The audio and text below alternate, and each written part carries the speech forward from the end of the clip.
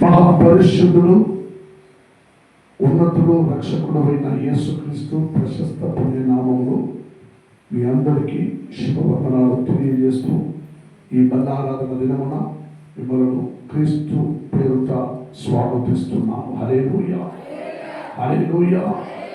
దేవుని నామం మహిమ కలుగును గాక. ఆమేన్, హల్లెలూయా. రైట్, నేరుగా వాక్య భాగములకు వెళ్దాం. మీ అందరికీ తెలిసిన కార్యం, ధర్మశాస్త్రమును కీర్తన గ్రంథాలు రాయటకు మునుపు యోబు అనే ఒక భక్తుడు మీ అందరికీ తెలిసిన సంగతి. ఏమండి, ఆయన జీవన చరిత్ర యాత్ర మీరు ఎంతగా మీలో అనుభవించుచున్నారో అవి మాకు తెలియదు, కానీ మేమైతే అవి ఖచ్చితంగా ఊహించి అనుభవించుకుంటూ మేము ప్రతిదినము ఏం చేస్తున్నాం అంటే ప్రతిదినము ధ్యానించుతున్నాం. హల్లెలూయా. సహోదరుడు ప్రార్థించినప్పుడు నేను అల్పుడు దీన దాసుడై ఉన్నానని ఒక మాట అన్నాను. హల్లెలూయా. ప్రతి ఒక్కరు మనం అల్పమైన దీన దాసులై ఉన్నాం. హల్లెలూయా. ఎవరిలోనూ ఏ గొప్పతనము మనకి లేదు. హల్లెలూయా. మన దేశ ప్రధానమంత్రి ఈరోజు ఆదివారం ఆరాధనకు వెళ్ళగలరా? ముఖ్యమంత్రి వెళ్ళగలరా? అధికారులు వెళ్ళగలరా? వాళ్ళకి సమయం ఉండదు. ఆదివారం సమయం ఉండదు. ఎందుకంటే వాళ్ళందరూ నాయకత్వంలో ఉన్న వాళ్ళు, అధికారులు, వారి సమయం లేక వారు ఉంటారు. హల్లెలూయా.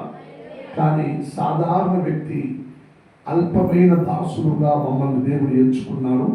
ఈరోజు నిన్ను మన దేశం నుంచి మందిరంలో కూర్చోబెట్టాడు. హల్లెలూయా. ఏమని ఇవి జాగ్రత్తగా మీరు వినండి. భక్తుడైన యోబు తన జీవన యాత్రలో అన్ని గడిచిపోయినాయి. ఆస్తులు అంతస్తు విడిచిపోయినాయి. భార్య బిడ్డలు కూడా విడిచిపోయినారు. ఇవన్నీ కార్యాలు మీకు తెలిసినది. హల్లెలూయా. అనేక సందర్భంలో మనం ఏమనుకుంటున్నామంటే, నేను ఒక పాస్టర్, నేను ఒక విశ్వాసి, నేను ఒక చర్చికి పోయేవాడిని, నాకు బుద్ధి చెప్పడానికి ఎవరికూ అర్హత లేదు అని మనం అనుకుంటున్నాం. హల్లెలూయా.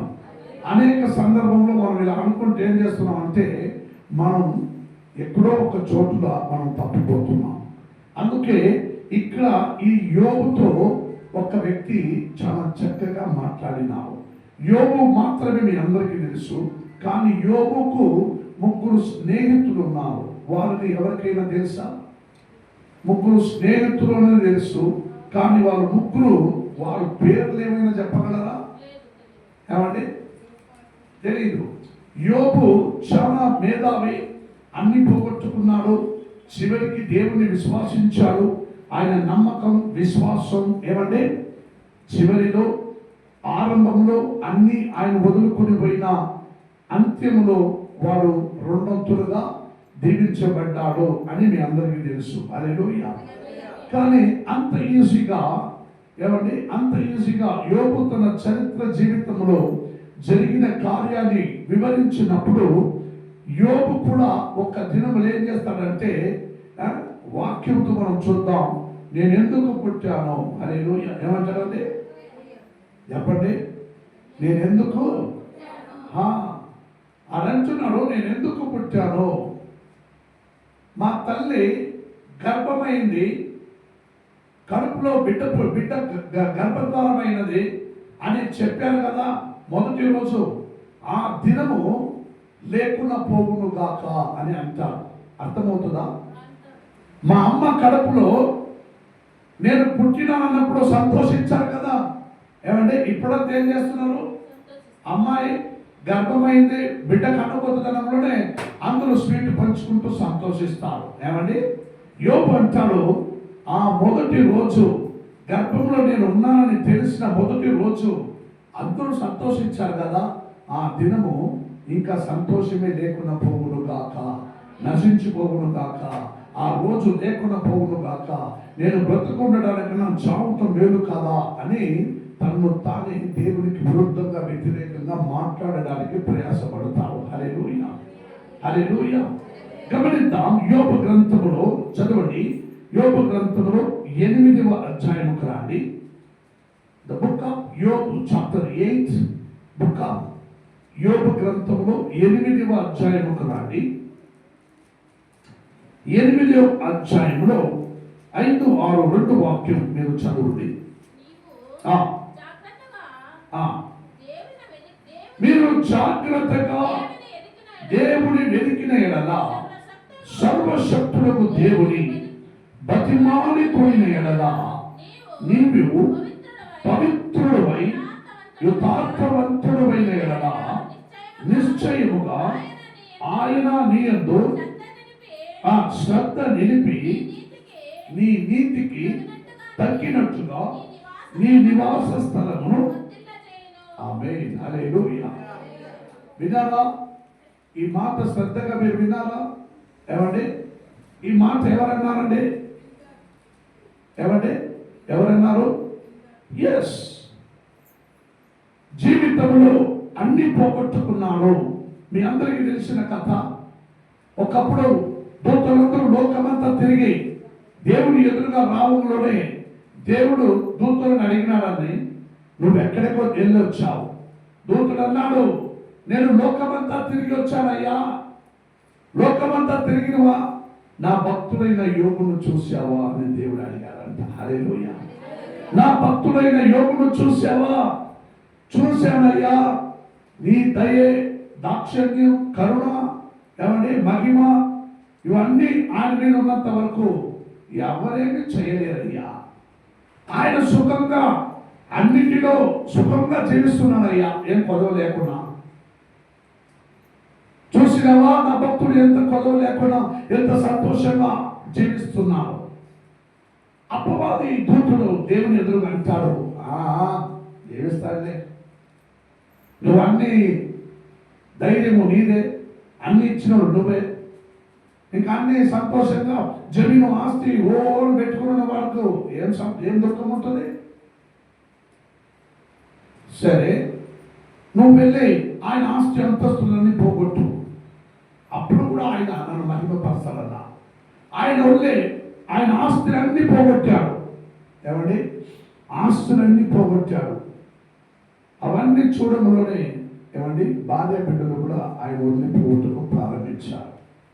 రెండవసారి దూతుడు దేవుని ఎదురుగా వచ్చాడనే వాక్యంలో ఉన్నాయి. అప్పుడు దేవుడు అడగగా, అయ్యా నువ్వు ఆయనకి ఏమేమి ఇచ్చావో అవన్నీ నువ్వు తీసుకున్నావు కాబట్టి ఆయన ఇచ్చాడు, ఆయన తీసుకున్నాడు అని సింపుల్గా చెబుతున్నాడు. అయ్యా నువ్వు పని చేయి, ఆయన శరీరాన్ని కొంచెం హింసించు, కొంచెం తొందర చేయి, కాయిదాలు పెట్టు, రోగాలు పెట్టు, ఏమండి కుటుంబంలో సమస్యలు పెట్టు, ఇప్పుడు అన్ని పెడితే అప్పుడు చూడు వాడు నేను ఎలా నిందిస్తాడో అని దూతుడు అన్నాడు. హల్లెలూయా. అప్పుడు దేవుడు అన్నాడు, సరే నువ్వు వాడిని ఏదైనా చెయ్యి, ప్రాణమును ముట్టడానికి నీకు అర్హత లేదు, పొమ్మన్నాడు. మరలా దూతుడు వచ్చి ఆయన శరీరం అంతటిలో నడుమతి నుండి అరికాల వరకు గాయాలు. హల్లెలూయా.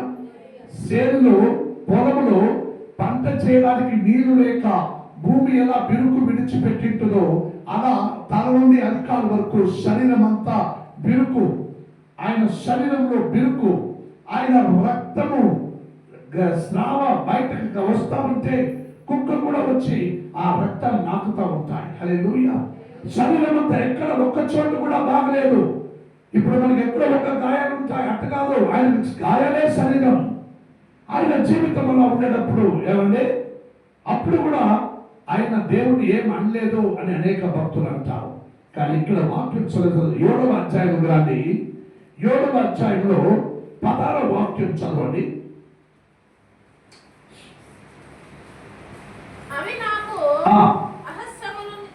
అసహ్యములు నిత్యము బ్రతుకుటకు. గమనించండి, ఈ మాట ఎవరన్నారు?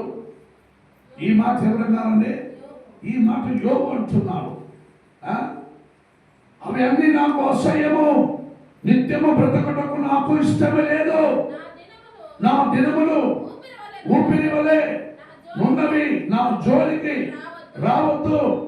మనుష్యుడు ఏ పాటి వాడు అతని కనపరచలేదా, అతని మీద నీవు మనసు నిలపలేదా? ప్రతి పగలు నీవతనికి దర్శింపనేలా, ప్రతి క్షణమున నీవతని శోధింపనేలా, ఎంత కాలము నీవు నన్ను చూచుట మానుకొందువు. హల్లెలూయా. కింద 20వ వాక్యం చదవండి. నేను పాపము చేసి తినా, నరులను కనిపెట్టవాలా, నేను నీ ఎడల ఏమి చేయగలను, నాకు నేనే భారముగా ఉన్నాను, నీవెలా గురి పెట్టితివి. హల్లెలూయా. చూడండి, ఈ మాటలని ఎవరంటున్నారంటే యోబు మాట్లాడుచున్నాడు. ఏమంటే నాకు బ్రతకటం అస్సలు ఇష్టం లేదు, నేను చచ్చిపోతే బాగుంటుంది. ఏమంటే ఒక చిన్న చిన్న విషయములకు మనము అనేక సందర్భంలో ఏం చేస్తామంటే, ఓ ఇవన్నీ నాకు భరించడానికి నా వల్ల కాదు, ఇవన్నీ భరించడం నాకు అసహ్యం, నా వల్ల కాదు, నేను భరించలేరు, ఓ నాకు భయంకరమైన నాకు ప్రాబ్లము, నాకు టెన్షను. మనిషి జీవితంలో అన్నీ చెప్పుకుంటాడండి.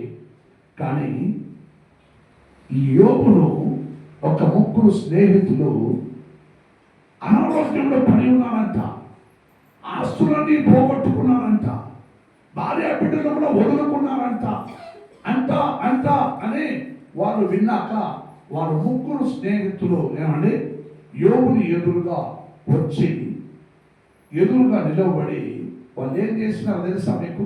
ఏం చేస్తారు? ఎవరైనా చెప్పగలరా? ఏమండి ఏం చేశారు? ఏం చేశారండి? ఉపవాసం చేయటకు ముందు వాళ్ళు ఏం చేశారు? మీకేమో తెలుసా? ఏమండి ఏం చేశారు? మన్ను బూది తల మీద వేసుకుంటూ రమ్ములు కొట్టుకొని ఏడ్చారని భక్తులు అంటారు. ఎవరా నీ గతి అయిపోయింది, నీ స్థితి అయిపోయింది కదా, ఎవరా నీ గతి అయిపోయింది నీ గతి అని 3 రోజులు కాదు 7 రోజుల దాకా ముగ్గురు చేరి ఆయన ఎదురుగా రమ్ము కొట్టుకుంటూ ఏడ్చి వాళ్ళు ఏడవటం చూసినాక నా స్నేహితులందరూ నన్ను చూసి ఏడుస్తారు కదా, నా కుటుంబ స్థితిగతిని చూసి ఏడుస్తారు కదా, నా బంధువులు ఏమనుకుంటారు, నా స్నేహితులు ఏమనుకుంటారు, వాళ్ళు ఏమనుకుంటారు, వీళ్ళేమనుకుంటారు అని ఆలోచిస్తూ ఏమండి అని ఆలోచిస్తూ ఆయన ఈ మాట అంటున్నాడు, నిత్యము బ్రతుకుట నాకు ఇష్టము లేదా, ఎంతకాలం నేను ఈ చూచుటం అనుకున్నాను, నేను నాకే భారముగా ఉన్నాను, నేనే నాకు భారముగా ఉన్నాను. 8వ అధ్యాయం 1వ వాక్యములకు రండి. అప్పుడు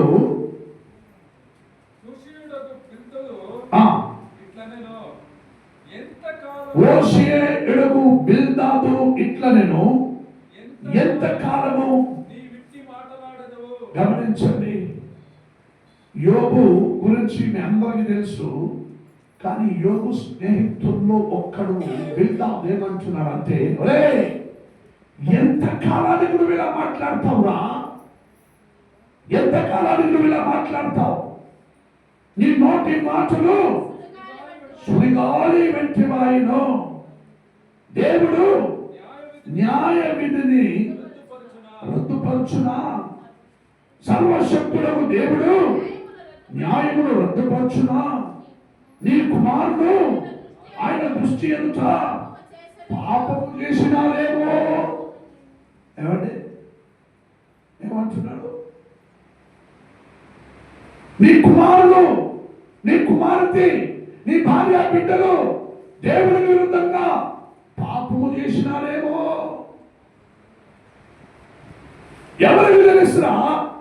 అందుకే నీ ఆస్తి పోయింది, నీ భార్య బిడ్డలు కూడా నేను వదులుకొని పోయినారా, అందుకే నీకు ఈ స్థితిగతి వచ్చిందిరా అని చెప్పి ఆయన అంటాడు. పైకి వాక్యం చదవండి సిస్టర్.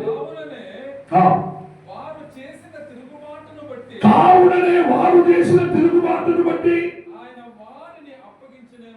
ఆయన వారిని అప్పగించలేమో. కానీ నీవు మాత్రము వలే యోబు, నీవు మాత్రము జాగ్రత్తగా దేవుని వెతికిన ఎడల, సర్వశక్తులకు దేవుని బతిమాలుకుని ఎడల, నీవు పవిత్రుడవై యథార్థవంతుడవైన ఎడల నిశ్చయముగా ఆయన నీ యందు శ్రద్ధ కలిపి నీ నీతికి తగ్గినట్టుగా, శ్రద్ధ నిలిపి నీ నీతికి తగ్గినట్టుగా నీ నివాస స్థలమును వర్ధిల్ల చేయను. అప్పుడు నీ స్థితి మొదటి కొద్దిగా నుండినను తుదకు నీవు మహాభివృద్ధి పొందుదువు. చెప్పబట్టి దేవుడు నామమున పరచుడి. హల్లెలూయా, హల్లెలూయా, హల్లెలూయా. అనేక సందర్భంలో మనం ఏం చేస్తామంటే మాకన్నీ తెలుసు, నువ్వేం చెప్పక్కర్లా, నేను 20 సంవత్సరాల నుంచి చర్చిలో ఉన్నా, నేను చెప్పింది నువ్వు చెయ్యి, నాకన్నీ తెలుసు, నువ్వేం నాకు చెప్పద్దు. హల్లెలూయా. గమనించండి, ఇక్కడ మనం చేయాల్సిన కార్యం ఏమిటంటే దేవుడు ఎటువంటి కార్యము చేయటకు ఆయన వెనక ముందు చూడరండి. నిన్ను పరిశోధిస్తున్నానంటే, నీలో శోధన కాలం వస్తున్నదంటే, నీ కుటుంబంలో, నీ భార్య బిడ్డలో, నీ నీ ఉద్యోగం, నీ వ్యాపారం, నీ బిజినెస్, నీ పొలం, పంట అన్నిటిలో దేవుడు నీకు కొన్ని విరుద్ధముగా కార్యమును చేయించున్నాడంటే ఆయన నిన్ను ఉన్నతమైన స్థాయిలో మరణ మహా అభివృద్ధి చేయటకు, నిన్ను తుదుకు మట్టుకు నిన్ను పెరిగించడానికి దేవుడు చేసిన తీర్మానం నేను అనుకోవాలి. హల్లెలూయా, హల్లెలూయా. అంతే, ఇంకా అయిపోయినది, నా గతి అంతే, నా స్థితి అంతే, ఇంకా మార్పు రాదు, ఇంకేమి చేసినా రాదు. ఏమండి, అనేక సందర్భంలో చర్చికి పోయేవారు మనం ఏం చేస్తున్నాం అంటే అనేకుల దగ్గరికి వెళ్ళి మన కష్టాలు వాళ్ళతో చెప్పుకుంటున్నాం, మన బాధలు వాళ్ళతో చెప్పుకుంటున్నాం, మనము మన కుటుంబ సమస్యలు వాళ్ళతో చెప్పుకుంటున్నాం.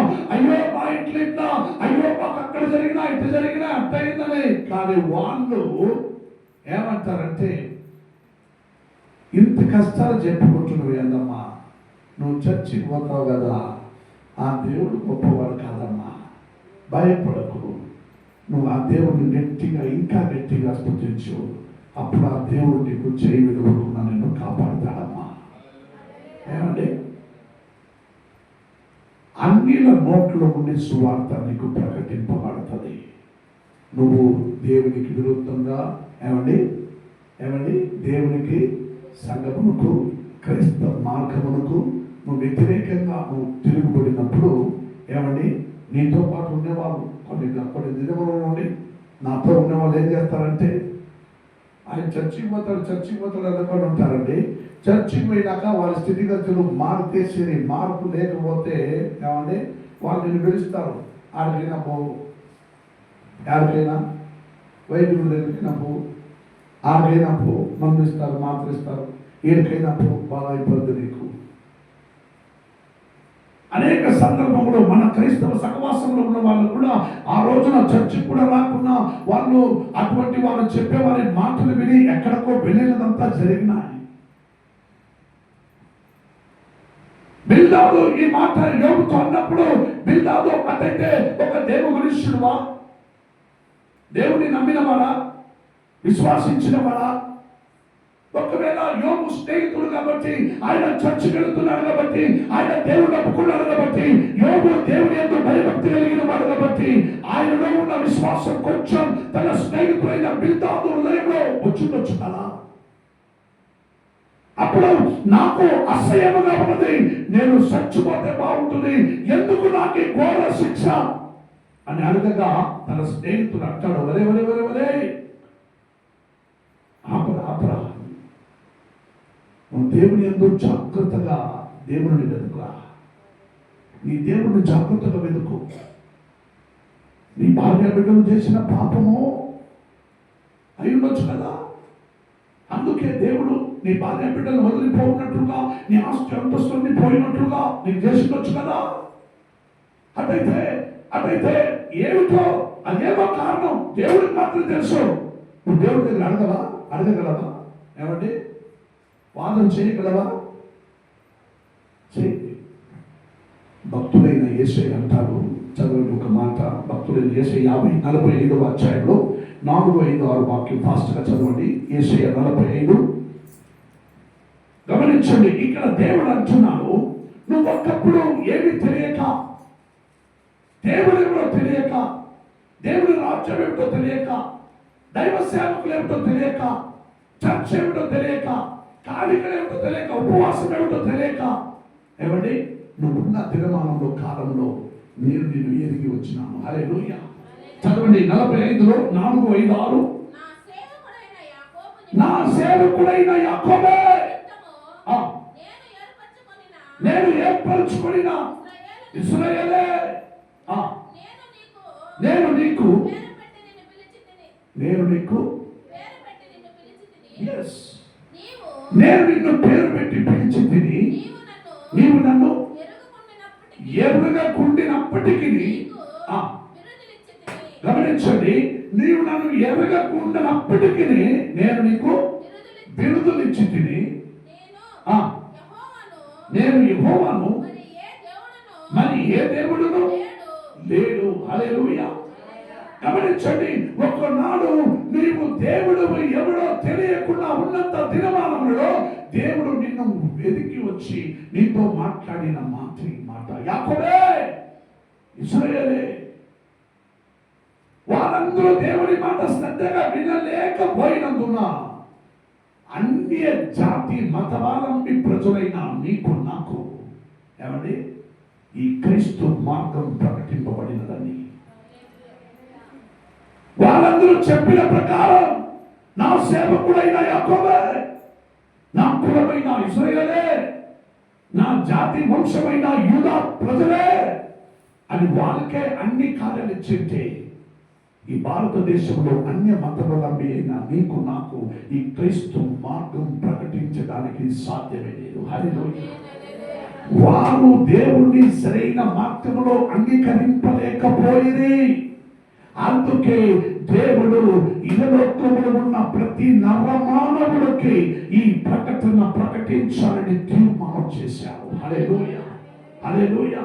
అందుకే మత్తయి సువార్త, ఎవరిని చదవండి, మత్తయి సువార్తలో 18వ అధ్యాయం 19, 20 వాక్యం చదవండి. దేవుడు అంటున్నాడు, ఈ లోకములో మీరు ఎవరే కానీ, ఎక్కడే కానీ ఇద్దరు మీరు దేనిని గురించినైనా భూమి మీద ఏకం అనుభవించుకుంటూ మీరు నాతో మొరబెట్టి కోరుకున్న ఎడలా, చదవండి 18 verses 19, 20.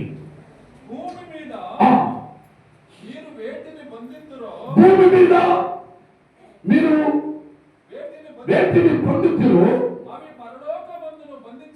అవి పరలోకమందును ಇಲ್ಲ. ಇದಿಲ್ಲ ಅಂದ್ರೆ 18ನೇ ಅಧ್ಯಾಯ 19, 20. మీరు ఇద్దరు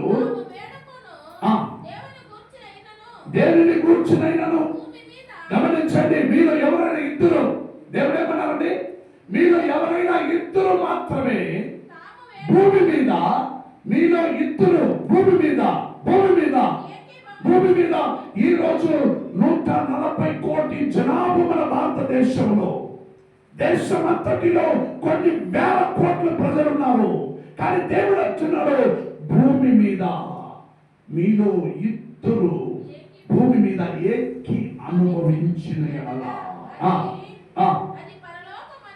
అది పరలోకమందున్న నా తండ్రి వలన వారికి, మీరు భూమి మీద ఏమంటే ఇద్దరు మాత్రమే, ఒక సంఘంగా కూడి కాదు, ఒక పెద్ద కూటంగా కూడుకుని కాదు, మీరున్న చోటులో మీరిద్దరు మాత్రమే, ఏమండి, భూమి మీద ఇద్దరు. దేవుడు అంటున్నాడు, భూమి మీద ఇద్దరు, రెండు మనిషి ఒక్క హృదయం కలిగి, హల్లెలూయా, ఏ సమస్యలు లేక, వైరాగ్యం లేక, కోపం లేక, గొడవ లేక, ఏమండి, వాళ్ళు ఏ కుళ్ళు కుతంత్రము లేక, ఏ మందమస్తారము లేక, వాళ్ళిద్దరులో నేను నువ్వే, నువ్వు నేనే అని అర్థములో చూసుకున్నట్టుగా నీవు తండ్రి వలె తన ఇరుగు పొరుగు వారిని ప్రేమించు.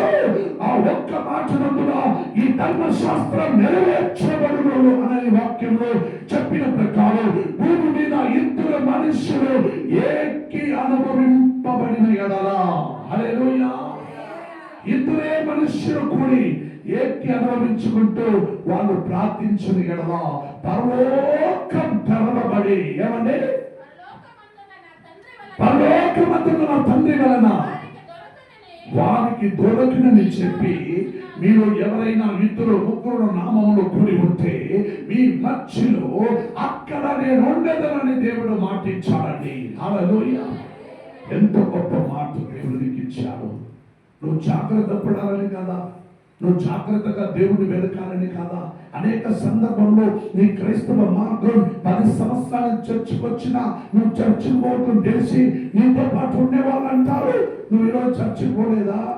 నేను పోలా. అయ్యో పోతే కూడా నువ్వు చర్చికి పో, నేను చూసుకుంటాను వాళ్ళు చెప్తారు, కానీ రావుటకు నీకు మనసు లేదు. హల్లెలూయా. అనేక సందర్భంలో ఈ వాక్యం సెలవిస్తున్న ప్రకారం మార్కు సువార్త 13వ అధ్యాయంలోకి రండి. మార్కు సువార్త 13వ అధ్యాయంలో ఒక వాక్యం 32, 33, 34 వాక్యం చదవండి. గమనించండి, గమనించండి. ఈనాడు నీకు తెలుసు, నిన్న ఏం జరిగిందో నీకు తెలుసు, రేపు ఈరోజు రాత్రి రేపు ఏమి జరుగుతాయో మీకు ఎవరికైనా తెలుసా? ఏమంటే ఎవరో పెళ్లి పత్రికలు చెప్తారో రేపు పెళ్లి జరుగును, అవి నీకు తెలుసు. ఎవరో పుట్టినరోజు అవి నీకు తెలుసు. లేదా క్యాలెండర్ లో నీకు అనేక వాల్మీకి రోజులు పెట్టింటారు, అవి నీకు తెలుసు. పండగ దినములు పెట్టింటారు, అవి నీకు తెలుసు. రేపు నీ జీవితంలో ఏమి జరుగుతాయో అవి నీకు తెలుసా? హల్లెలూయా. ఆ దినము ఆ గడియు నీకు తెలియదు కాబట్టి మార్కు సువార్త 13వ అధ్యాయంలో 32, 3, 4 చదవండి. ఆ దినమును గురించి ఆ గడియను గురించి తండ్రి తప్ప. ఇక్కడ గమనించాలి, ఇక్కడ గమనించాలి మీరు. నీ జీవితంలో ఆ గుడి, ఆ నడి, ఆ సమయం, ఆ కాలం నీకు ఎలా ఉంటుందో తండ్రి ఒక్కడు తప్ప ఏ మనుషుడైనా పరలోకమందులే దూతలైనను. గమనించండి, ఇక్కడ 3 మాట, ఇక్కడ 3 కార్యాలు. కుమారుడైనను అంటే యేసుక్రీస్తు కూడా తెలియదు. హల్లెలూయా. ఏమండి? భూమి పైన ఉన్నంత కాలం యేసుక్రీస్తుని కూడా తెలియదు, దూతలకు తెలియదు. ఏమండి? మనిషికి దేవుడు తీర్మానించి పెట్టిన, ఏమండి, సహోదరు యొక్క పాట పాడినారు, 3 రోజు ముచ్చట్లు. ఒకరోజు జన్మం, 2వ రోజు జీవితం, 3వ రోజు మరణం. It's finish. వాక్యం సెలవిస్తున్నది, ఆ దినము ఆ గడియు తండ్రి తప్ప ఏ మనిషి అయినా సరే, పరలోకమందు దూతలైనా సరే, కుమారులైనా సరే వారు ఎరుగరు. నీ స్థితిగతిని దూతలకు తెలియని రహస్యం దేవుడు నీకు ఇచ్చాడు. హల్లెలూయా. నువ్వు ఎలా బ్రతకాలి, నువ్వు ఎలా జీవించాలి, భూమి మీద మీరిద్దరు కూడి ప్రార్థించిన ఎడల నేను మీ మధ్యలో ఉంటానని చెప్పిండు. పోయొస్తాను మామ, పోయొస్తాను బాబాయ్, అంకల్, తాతయ్య అని చెప్పినాడు. దూతలకి చెప్పినాడు. నువ్వు కూడి ప్రార్థించు, దూతలతో చెప్పే దిగిరాడు. నువ్వు వెంటనే నీ మధ్యలో దిగి వచ్చి నీ ప్రార్థనకు జవాబిచ్చే దేవుడే నా ప్రభు యేసయ్యని పరిశుద్ధాత్మ. హల్లెలూయా, హల్లెలూయా. అందుకే జాగ్రత్త పడుడి. గమనించండి, పైకి చదవండి సిస్టర్. జాగ్రత్త పడుడి, మెలకువగా ఉండి. ఆమేన్. హల్లెలూయా, హల్లెలూయా. ప్రార్థన చేయుడి, మెలకువగా ఉండి. జాగ్రత్త పడుడి, మెలకువగా ఉండుడి, ప్రార్థన చేయుడి. హల్లెలూయా. ఈ 3 కార్యాలను దేవుడు భూమి మీద 2 మనుషుల కోసం ఇచ్చారు. హల్లెలూయా. ఏమంటే 2 మనుషులకు ఇచ్చారు. ఈ నాడిలో 2 భార్యాభర్తలైన వారి 2 మధ్యలో ఒక హృదయం ఎక్కి అనుభవించడం అసాధ్యమే. భార్య మీద మొగుడికి ఇంత ఉంటుంది, మొగుడు మీద భార్యకి ఇంత ఉంటుంది. అట్లయితే నిన్న రోజుల ఉపవాస దినములు మేము గమనించి చూసాం. ఏమంటే దేవుడు చివరి దినమానముల రాకడ సమయంలో ఏమంటే ఏం చేస్తాడంట? 2 పట్టుకొని ఉంటే ఒకరిని ఎత్తుకుంటాడంట, ఒకరిని చేయి వదిలి పెడతాడంట. 4 ఏమంటే 4 ఉంటే 2 తీసుకుంటాడు, 2 చేయి వదిలి పెడతాడు. పిండి రుబ్బి వాళ్ళు 2 ఉంటారండి. ఈమె రుబ్బుతా ఉంటుంది, ఎదురు ఒక ఆయన కూర్చొని ఉంటుంది. ఈమె 2 రుబ్బితే మరి ఆమె ఈమె చేయిని వదిలి పెడితే ఆమె అట్టి రుబ్బుతుంది. వాళ్ళిద్దరిలో ఒకరిని తీసుకుంటారు, ఒకరు వదిలి పెడతారు అంటున్నాడు దేవుడు. ఏమండి, ఇద్దరు భూమి మీద ఇద్దరు ఏకం అనుభవించడని దేవుడు అంటున్నాడంటే, భార్యాభర్తల మధ్యలోనే ఈ ఏక అనుభవం రాలేకపోతే పొద్దున లేస్తే మొగుడు పోతాడా, భార్య పోతా తెలియదు. హల్లెలూయా. దేవుడు రాకడ దినములలో మొగుడు ఎత్తబడాలంటే భార్య నోరు కొట్టుకో. నువ్వు ఉన్నంత కాలం నువ్వు మొగుడును ప్రేమించుకున్నా, నువ్వు ఇష్టానుసారంగా బ్రతికా కొట్టుకున్నావు. ఇప్పుడు నీ మొగుడు పోయాక లోకంలో మనిషి అంటారు, పెద్దవాళ్ళు అంటారు, ఏమని మొగుడు సెచ్చాక ముందకు బుద్ధి వచ్చింది అని. హల్లెలూయా. అదే భార్య సెచ్చాక వీళ్ళు ఏమంటారంటే, ముండ అంటే ముండ నా కొడుకు అంటారు అంతే. హల్లెలూయా. అంత తేడా. ఏమంటే అంత తేడా. చచ్చినాక నువ్వు నోరు పెట్టుకున్నాక నా ముందు బ్రతికి ఉండగా నీ భార్యను నువ్వు ప్రేమించు, నీ మొగుడు నువ్వు ప్రేమించు. హల్లెలూయా. ఆ గడియలు సమయము కాలము నీకు తెలియదు కాబట్టి దేవుడిని హెచ్చరిస్తున్నాడు. మల్లారథలకు వచ్చినవా, ద్రాక్షరసం తీసుకుంటామనుకుంటున్నావా, సేవకుడు ఏమనిద్దామనుకుంటున్నావా? నా దేవుడు ఈ సంఘానికి యజమానుడై ఉన్నారు. ఇక్కడ జరుగుతున్న వాటిని నా దేవుడు పరీక్షిస్తున్నారు. నువ్వు ఎవరిని ఏమరించలేవు. ఈ బలిపీఠం అటువంటిది. హల్లెలూయా. యేషయా 55:6 వాక్యం చదవండి. యేషయా 55:6 వాక్యం చదవండి. గమనించండి, ఇక్కడ భక్తులైన ప్రవక్తలు అంటున్నారు. చదవండి 55:6. గమనించండి, దేవుడు అంటున్నాడు, మీకు దొరుకు కాలము,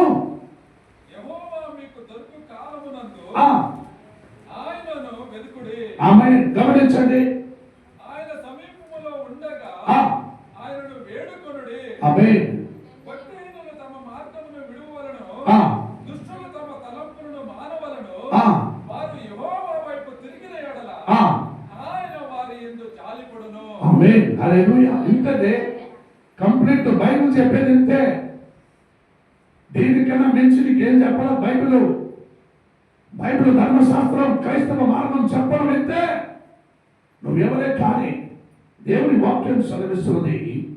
దేవుడు నీకు దొరికే కాలంలో నీ దేవునికి నువ్వు దండం పెట్టు. దేవుడు దొరికే కాలం ఒకటి ఉందే, అదే ఈ దినమానంలో నీకు ఇచ్చిన సమయం. నువ్వు కూర్చున్న ఈ సమయం, నువ్వు చేరుకున్న ఈ మందిరం, నువ్వు కూర్చున్న బలిపీఠం ఎదురుగా ఉన్న ఈ బలిపీఠం, నిలబెట్టించిన నా వారు అనే నా ఒక సేవకుడు ఎదురుగా నిన్ను కూర్చోబెట్టున్నావంటే ఈ కాలమే నీవు దేవుణ్ణి వెతుకుటకు మంచి సమయం. హల్లెలూయా. సోమవారం నుండి శనివారం దాకా నువ్వెక్కడ తిరుగుతావు, ఏం చేస్తావు, ఎవరితో పలకరించావు, ఏం మాట్లాడినావు, ఏం తిన్నావు, ఎలా ఉన్నావు నాకేం తెలుసు. ఏమండి, నాకేం తెలుసు? వంకాయ పులుసు నాకేం తెలుసు అండి. సోమవారం నుండి నువ్వు శనివారం దాకా నువ్వేం చేస్తావు నాకేం తెలుసు. ఆదివారం మాత్రం ఓహో praise the lord brother, praise the lord sister, లోపలికి రావటం, స్తోత్రం ప్రభు నీకు స్తోత్రం. తర్వాత అన్ని నన్ను చూడటం. It's not Christianity life. హల్లెలూయా. యెహోవా మీకు దొరుకు కాలమందున ఆయనను వెదుకుడి, వేడుకొనుడి. దేవుడు ఉన్నప్పుడే, నీకు సమయం ఇచ్చినప్పుడే నువ్వు దేవుడికి మొరపెట్టుకోవాలి. సచ్చాక చర్చకు వస్తావా? దూరముతా యేసు నామములో బతుకుండగా నేను పిలుచుచున్నాను చర్చికి రాని. నువ్వు సత్యాగా చర్చకు వచ్చావు అనుకో, యేసు నామంలో అంటే నువ్వు పరిగెత్తుకుని ఎలా పరిగెత్తాలో నాకు తెలియదు. హల్లెలూయా. నువ్వు బతుకున్నావు కాబట్టి నువ్వు మర్యాదగా చర్చికి రాని పిలుస్తున్నా. నువ్వు సత్యాగా నీ ఆత్మాన్ని ఇక్కడ చేర్చను నేను. హల్లెలూయా. నీ ఆత్మ చేరవలసిన చోటు ఇక్కడ కాదు. హల్లెలూయా. ఏమండి నీకు ఒక కాలం ఉంది, నువ్వు దేవుని వెతుకు. నీకు ఒక కాలం ఉంది, ఆ కాలంలో దేవునికి సమర్పించు. నీకు ఒక కాలం ఉంది, ఆ కాలంలో నీ దేవాది దేవునికి నువ్వు స్తోత్రం చెల్లించు. ఆ కాలమందులో నీవు నీ దేవునికి మొరపెట్టుకో. ఆ కాలంలో నీ దేవుడికి నీవు పరిపూర్ణంగా నువ్వు సమర్పించుకుంటూ ఆరాధించుకో. నీ కాలం పోయినాక తర్వాత నువ్వు వచ్చి దేవుడా దేవుడా దేవుడా అంటే ఏమండి, ఉత్తర కర్ణాటక భాగంలో ఒక పాటలు పాడతారండి. ఆ పాటలు ఎలా ఉంటుందంటే, కోరగల కోలేను గీత ఓరవా తంగే కోరగల కోలేను గీత, ఏదో ఒకటి ఉంటుందండి. ఉత్తర కర్ణాటకలో పాడుతున్న పాట. నీకున్న సమయంలో నువ్వు నీ దేవుడిని సరైన మార్గంలో వెతుకున్నా, ఎప్పుడు చూసినా నువ్వు నల్ల ముఖము, ఎప్పుడు చూసినా నీ ముఖంలో ఒక ప్రకాశం లేదు, ఎప్పుడు చూసినా ఒక సోర్పు, ఏదో పని లేదు, సంపాదన లేదు, భోజనం లేదు, తినలేదు అన్నట్టుగా నీ ముఖం పెట్టుకున్న జీవితం అంతా ఏదో ఒకటి ఏమా నీ బ్రతుకు బంగారం అవును కాక. నేనైతే తిట్టింది పాస్టర్ అంటారు, కానీ బంగారమైన అయిపోయి అట్టయినా బాగుపడతావేమో. హల్లెలూయా. అందుకే భక్తుడైన యోబు మరలాతో మాట్లాడతాడు. గమనించండి, యోబు గ్రంథంలో 34వ అధ్యాయం రండి. 34వ అధ్యాయంలో 15, 16 2 వాక్యం చదవండి. యోబు గ్రంథం 34లో గమనించండి, బిల్దాదు యోబుకు ఒక మాట అన్నాక, ఈ బిల్దాదు మాటను యోబు అంగీకరించిన తర్వాత ఒక మాట అంటారండి. ఈ మాట చదవండి. శరీరమైన మనుషులందరూ ఏకమవగా నశించెదరు, నరులు మరలా ఏమైపోదురు. ఆనాటికి ధూళైపోకుండా, నశించిపోకుండా, నాశనమైపోకుండా, చచ్చిపోకుండా ఉన్నారంటే ఈనాటికి ఎందరో ఉండాల్సింది భూమి మీద.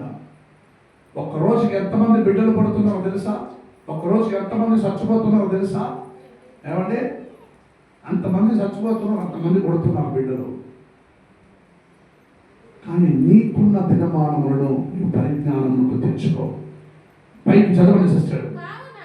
కావున దీన్ని విని విమోచించుము, నా మాటలు ఆలకించి న్యాయమును దోషించేవాడు లోకమును న్యాయ సంపన్నుడైన వాని నేరము మోపదువా. నీవు పనికి మాలిన వాడునని రాజుకైనను మీరు దుష్టులని ప్రధానములైనను. అవే హల్లెలూయా. ఏమండి, నువ్వు ఇంకా పనికి మానవుగా ఉండాలనిపిస్తున్నా, తన శ్వాస నివాసములను తన యొద్దకు తిరిగి తీసుకుని ఎడలా. ఈ మాట ఎక్కడ ఉన్నది? 34 verses 15 చదవండి. ఏకముగా నశించెదరు, నరులు మరలా ధూళి అయిపోదురు. కావున దీన్ని విని వివేచించుము, నా మాటలు ఆలకింపుము. పైకి 14వ వాక్యం. ఆయన తన మనస్సు తన మీదనే ఉంచుకుని ఎడల తన శ్వాస నివాసములను తన ఎత్తుకు తిరిగి. ఈ మాట గమనించండి అమ్మా అయ్యా, ఈ మాట గమనించండి.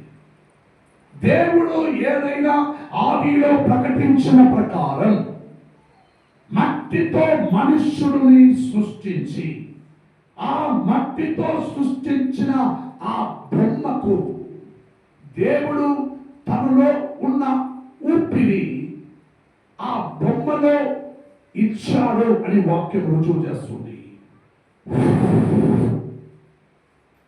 అప్పుడు ఆ బొమ్మ బ్రతికే ప్రాణి మనిషిగా మారింది. ఇక్కడ భక్తుడైన యోబు అన్ని చుట్టూ గమనించినాక ఒక మాట అంటాడు. ఏమండి, తన శ్వాసములను తన ఎద్దుకు తిరిగి తీసుకొని ఎడల శరీరాలందరూ ఏకముగా. ఈ శ్వాసం దేవుడిది. ఈ శ్వాసం ఏమదండి? దేవుడు ఇది నాది. ఏమండి? ఈ లోకంలో పొలము, జమీను, ఆస్తి, అంతస్తు, బంగారం, సొమ్ము, కారు, ఎండి, అన్నింటినీ నాదే తీసుకుంటారు కదా. కొన్ని రోజులైనాక తీసుకుంటారు కదా. అట్లే దేవుడు కూడా నీలో ఉన్న ఊపిరిని నాది అని తీసుకుంటే ఏమండి? మనమందరూ ఎవరండి? మరలా మట్టిని కలిసిపోయే మట్టియే, శవమే, ఏమి ఉండదు. After time single shot, single time దేవుడు తన ఊపిరి నాదని తీసుకున్నాడు అనుకో, అందరూ ఏకమైపోతారు. అప్పుడు క్రైస్తవుడు మాత్రం మరణిస్తారా? ఏమండి? భూమి మీద ఉన్న ప్రతి నర మనిషి అక్కడే సచ్చి పడాల్సినదే. నా దేవుడు నా ఊపిరి నాదని తీసుకుంటే. ఎందుకంటే ఈ భూమిలో నువ్వెవరే కానీ నీలో ఉన్న ఊపిరి నా దేవుడికి సంబంధమైనది. ఆ ఊపిరియే దేవుని శ్వాసం. హల్లెలూయా. రోమాపురములకు రాసిన పత్రిక చివరిగా ఒకే ఒక వాక్యం చదవండి. రోమాపురములకు రాసిన పత్రిక 3వ అధ్యాయం 4వ వాక్యం చదవండి. నీ మాటలలో నీవు నీతిమంతుడుగా తీర్చబడినట్లుగా నీవు వ్యాజ్యమాడునప్పుడు గెలుచునట్లును అని. హల్లెలూయా. దేవుని ఎదురుగా ఒక్క రోజును నిలిచి నువ్వు వ్యాజ్యమాడాలి. గెలుస్తావా? నా దేవుని ఎదురుగా నిలుచుకొని నువ్వు వ్యాజ్యమాడి గెలుస్తావా? గెలుస్తావా? లాగి ఒక్కటి పీకిండి అనుకో అక్కడ. ఏమంటే ఏ దేశంలో ఏ ఏ ఏ లోకంలో పడతావో మాకు తెలియదు, ఎవరికి తెలియదు. హల్లెలూయా. ఒక్కప్పుడు మీరు ఇక్కడ ఉండకుండా పోటీ బయటికి వెళ్ళి తోసి వేసినందున ఈ రోజు జగత్తులో 33.5 కోట్లు మేమే అని అంటున్నారు కొందరు. హల్లెలూయా. 33 కోట్లు మేమే అంటున్నారు. నువ్వు దేవుని ఎదురుగా ఆయన వాదించగా కోర్టులో కేసులు పెట్టుకుంటూ లాయర్ పెట్టుకుని వాదించుకుంటారు. మా యొక్క కాలంలో జమీన్ మాదే, లేదో మా యొక్క కాలంలో జమీన్ మాదే. కోర్టులో జడ్జి తీర్మానం చేస్తారు. చివరికి ఆ తలచెడిపోయి నెక్స్ట్ వచ్చే నెల ధర పోరా అంటారు. మళ్ళీ వచ్చే నెలని దాన్ని తీరుస్తాడు 5 సంవత్సరం. ఆ లోపల ఇద్దరు ఎవరో ఒకరు చచ్చిపోయింటారు. ఏమండి? లేదా ఇద్దరు చేస్తారు. అప్పుడు వచ్చినాక వాళ్ళ బిడ్డలకి రే సగం తీసుకొని పోరా, వెంటనే తీర్పు చేయదు. అలాగే నా దేవుని ఎదురుగా నువ్వు వాదం చేయలేవు. ఆయన నిలబెట్టి నిన్ను ప్రశ్నించినప్పుడు నీవు జవాబు ఇవ్వాలి. అప్పుడు నువ్వు తల ఉంచబడాలి. అప్పుడు దేవుని ఎదురుగా నీవు నిలవగలవా? వాదించగలవా? దేవుని ఎదురుగా ప్రతిత్తులంగా మాట్లాడగలవా? సొదొమ పట్టణంలో నేను నాశనం చేస్తాను అబ్రహామా అన్నప్పుడు అబ్రహాము దేవుడితో అయ్యా దేవా ఒక 50 మనిషి రక్షణ పొందిన వాళ్ళైతే వాళ్ళ కోసం నువ్వు దేశమంతా నాశనం చేస్తావా? ఒక 50 మనిషి ఉంటే చూపి నేను దేశం మొదలుపెడతా. నీతో మరలా మాట్లాడుతున్నాను, నన్ను క్షమించు. ఒక 40 ఉంటే కూడా చూపించు.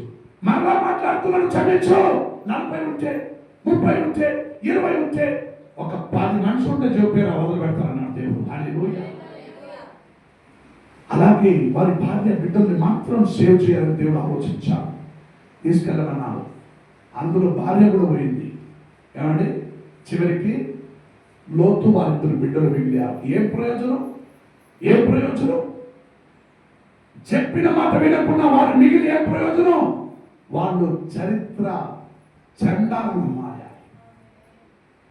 నీ జీవితం అసహ్యంగా నువ్వు చండాలలో బాధపడదంటే నీకున్న కాలంలో నీ దేవుని నువ్వు వెతుకు. జాగ్రత్తగా నువ్వు దేవుని వెతుకుము. నిశ్చయముగా ఆయన నీ యందు శ్రద్ధ నిలిపి వర్ధిల్ల చేయను. ముందు నీకున్న స్థితి కన్నా చివరికి నీ స్థితిగతిని మహా అభివృద్ధిగా చేయువాడే నా దేవుడు. ఈ విశ్వాసం లేక అట్లా చెప్తానే ఉంటే అవుతుందా? ఏమండి? ఇట్లా అనుకుంటూ మీ సమయాన్ని కాలాన్ని వ్యర్థం చేయకండి. దేవుడు మీ పక్షంగా ఉన్నారు. విశ్వాసిస్తారా? విశ్వాసించిన వాళ్ళందరూ కళ్ళు మూసుకోండి.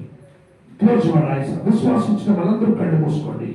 మీ కొరకు ఇగో దేవుడు అంటున్నాడు, నీకున్న కాలం, నీకున్న సమయం, నువ్వు దేవుణ్ణి వెతుకు, స్థిరముగా వెతుకు, జాగ్రత్తగా వెతుకు. భూమి మీద ఇద్దరు మనుషులు ఏకముగా ప్రార్థించిన ఎడల నేను వారి యందు ఈ దేశమును అనుభవించడానికి వారికి నేను సహాయం చేయదును.